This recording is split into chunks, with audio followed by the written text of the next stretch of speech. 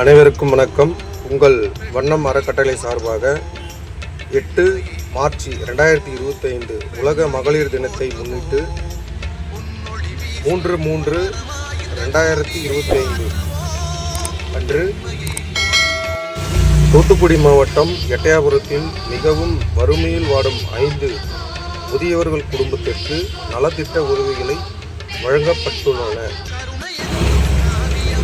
இதில் விருதுநகர் மாவட்டம் சாத்தூர் சமூக சேவகி மாரீஸ்வரி அவர்கள் நேரில் சென்று நலத்திட்ட உதவிகளை வழங்கினர். மேலும் ஏழை எளிய மக்களுக்கு உதவி செய்ய எங்கள் வண்ணம் அறக்கட்டளை தொடர்பு கொள்ளவும்.